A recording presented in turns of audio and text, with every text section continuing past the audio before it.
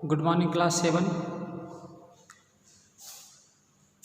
This is the first clip of chapter 24 from Civics, Functions of State Government.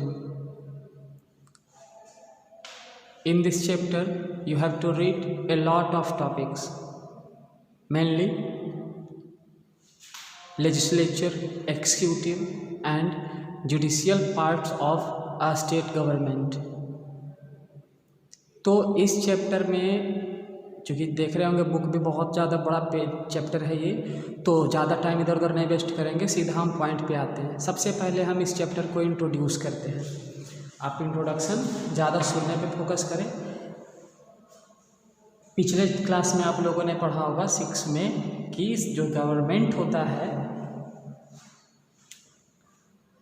इस government का यानी central level का जो government होता है उसके 3 पार्ट होते हैं, central, state and local government. तो यहाँ पे इस चैप्टर में स्टेट गवर्नमेंट के बारे में होगा। और स्टेट गवर्नमेंट पे एमएलए का नाम बहुत फेमस होता है, एमएलए, और उसी तरह सेंट्रल पे एमपी होता है।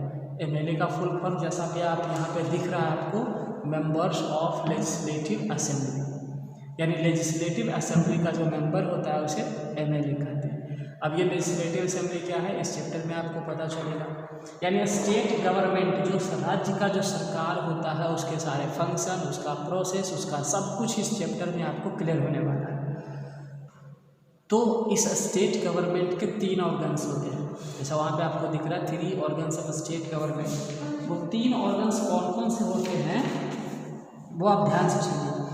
फर्स्ट ऑर्गन है द स्टेट लेजिस्लेचर। देखिए आप, पहला स्टेट लेजिस्लेचर, दूसरा स्टेट एक्सिक्यूटिव एंड तीसरा स्टेट जुडिशियरी और द हाई कोर्ट। अब आगे का टॉपिक आपको दिख रहा है स्टेट क्या होता है। तो वहाँ पे देखो कुछ शब्द हमने लिखा है, अंतर समझना clearly. State, nation, nation states और द स्टेट्स। तो सबसे पहले स्टेट क्या है वो देखिए।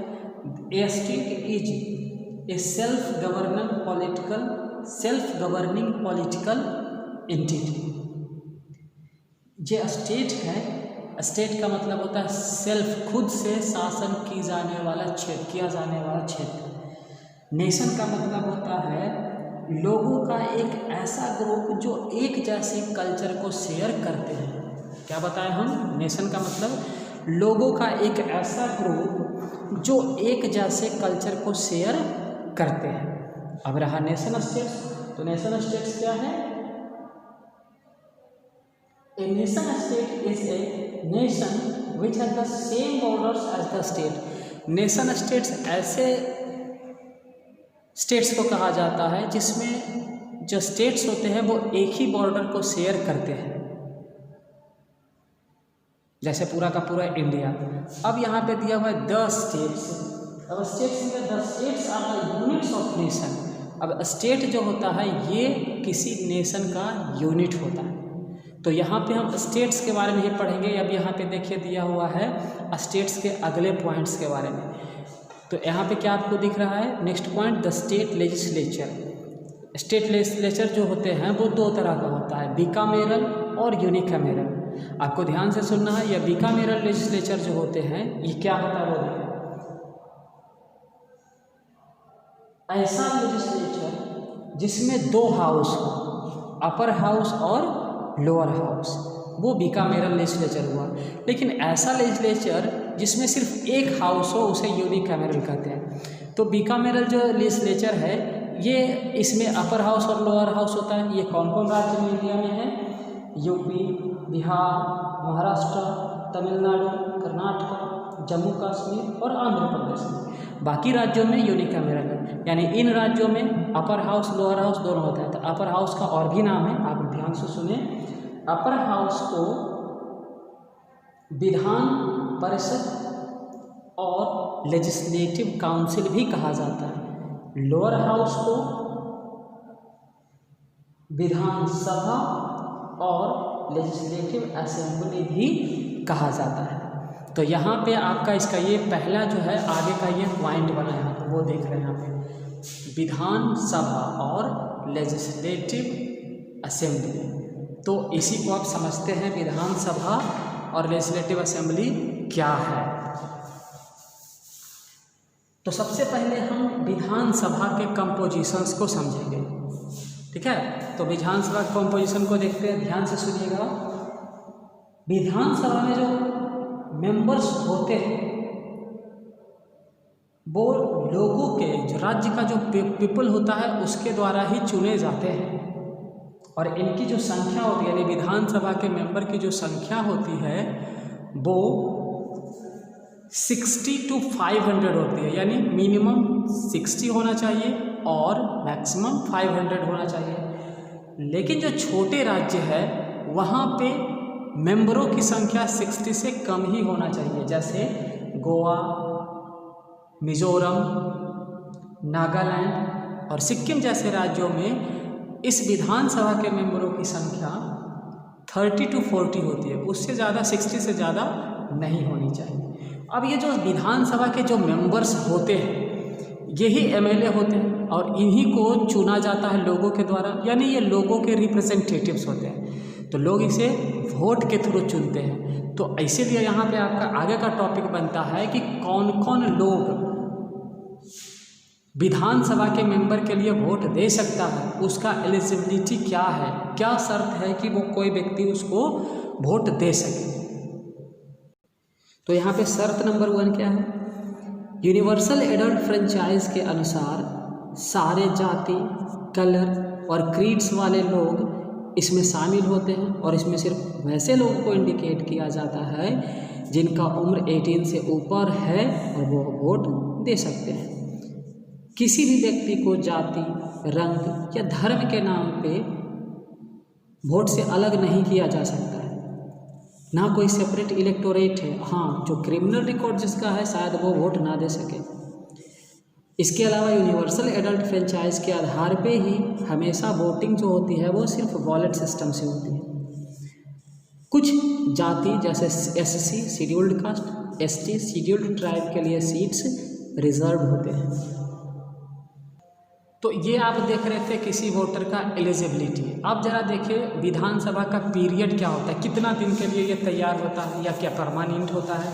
तो विधानसभा जो है ये बनाया जाता है 5 साल के लिए, और 5 साल के अंतराल में भी प्रेसिडेंट चाहे तो इसे डिसॉल्व यानी भंग कर सकता है उस राज्य के गवर्नर और चीफ मिनिस्टर के एडवाइस पर। यदि इस पीरियड को यानी 5 साल के पीरियड को एक्सटेंड करना हो तो हार्डली किसी भी इमरजेंसी केस में 6 महीना के लिए बढ़ाया जाता है,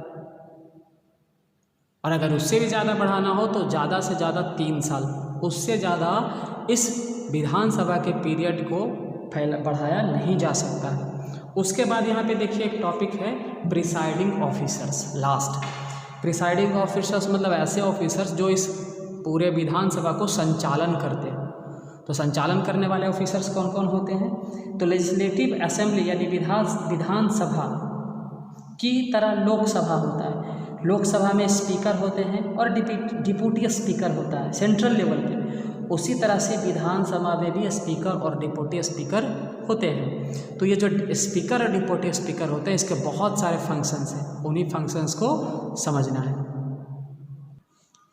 फंक्शन नंबर 1 वो क्या करता है, लेजिस्लेटिव असेंबली के मीटिंग को संचालन करता है। दूसरा,